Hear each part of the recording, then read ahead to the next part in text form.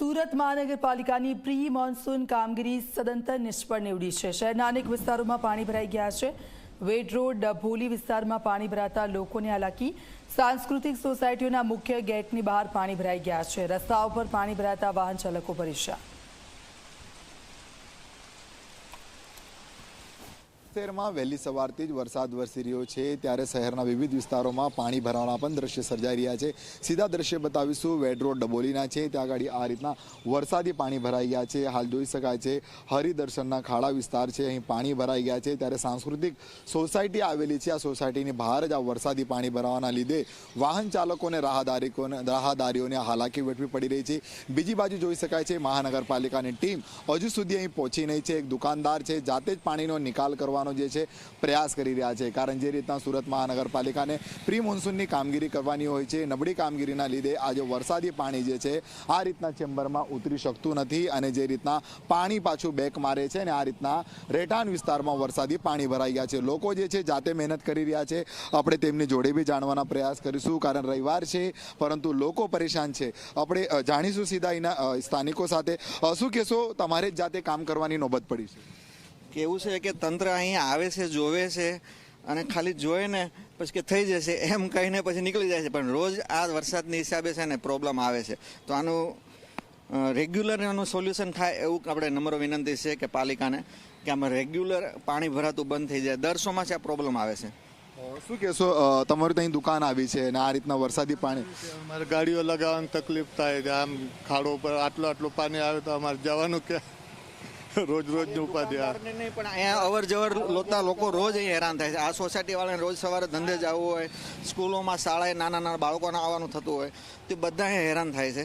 તો સૌથી પહેલાં આ મેન વસ્તુ છે કે સ્કૂલની આજુબાજુના વિસ્તારમાં અહીંયા પાણી જે ભરાય છે એનું સોલ્યુશન થવું પડે, જેથી નાના બાળકો બધા હેરાન થતા હોય છે એ ન થાય। તો દર વખતે તમારે જ આ રીતના પાણીનો નિકાલ કરવો પડે? હા, આવે છે, સાફ પણ કરી જાય છે, સાફ પણ કરે છે, પણ પાણી આ જાય છે ડબલ પાણી ભરાય છે ને એક ગટરમાં પાણી જાય છે। તો આ પાણી આ ગટર કઈ કામ એટલી બધી નથી કરતી, યોગ્ય કામગીરી નહીં થતી। હા, બિલકુલથી મહાનગરપાલિકાની નબળી કામગીરી કહી શકાય છે। હાલ દ્રશ્યમાં આ બાજુ તમે જોઈ શકો છો, એક તરફ રાહદારીઓ જે છે પરેશાન થઈ રહ્યા છે, ત્યારે બીજી બાજુ જે દુકાનદારો જે છે તે પણ પરેશાન થઈ રહ્યા છે। અને સાંસ્કૃતિક સોસાયટી છે, સોસાયટીના મુખ્ય ગેટની બહાર જ જે છે અહીં રીતના જે છે પાણી ભરાય છે, પરંતુ મહાનગરપાલિકાને જે રીતના પ્રી મોન્સૂનની કામગીરી કરવાની હોય છે, નબળી કામગીરીના કારણે આ રીતના દર વર્ષે જે છે લોકોને ભારે હાલાકી વેઠવી પડતી હોય છે। પોતે લોકો જ જે છે અહીં પાણીના નિકાલ માટે બહાર નીકળી આવ્યા છે, કારણ તેમની દુકાનો આવેલી છે, ગ્રાહકો અહીં આવતા હોય છે, પરંતુ આ ઘૂંટણ સમાન પાણીમાંથી તેમને જવાની નોબત પડતી હોય છે। તમે કહેજો, કેટલા આ વિસ્તારમાં સમયથી સમસ્યા છે, કોને રજૂઆતો કરી છે ખરી? લગભગ 10 વર્ષથી આ વિસ્તારના લોકો આ હાલાકીનો ભોગ બને છે। એ સ્કૂલે જતા બાળકો હોય કે રોજિંદી નોકરીએ જતા લોકો હોય, ક્યારેક છાતી સમાણા તો ક્યારેક કમર સુધીના પાણી ભર્યા હોય છે। આ આસપાસની સોસાયટીના વિસ્તારોએ વારંવાર રજૂઆતો કરી છે, પણ છતાંય આ વિસ્તારના ધારાસભ્ય, કોર્પોરેટર કે એસએમસીના અધિકારીઓના પેટનું પાણી હલતું નથી।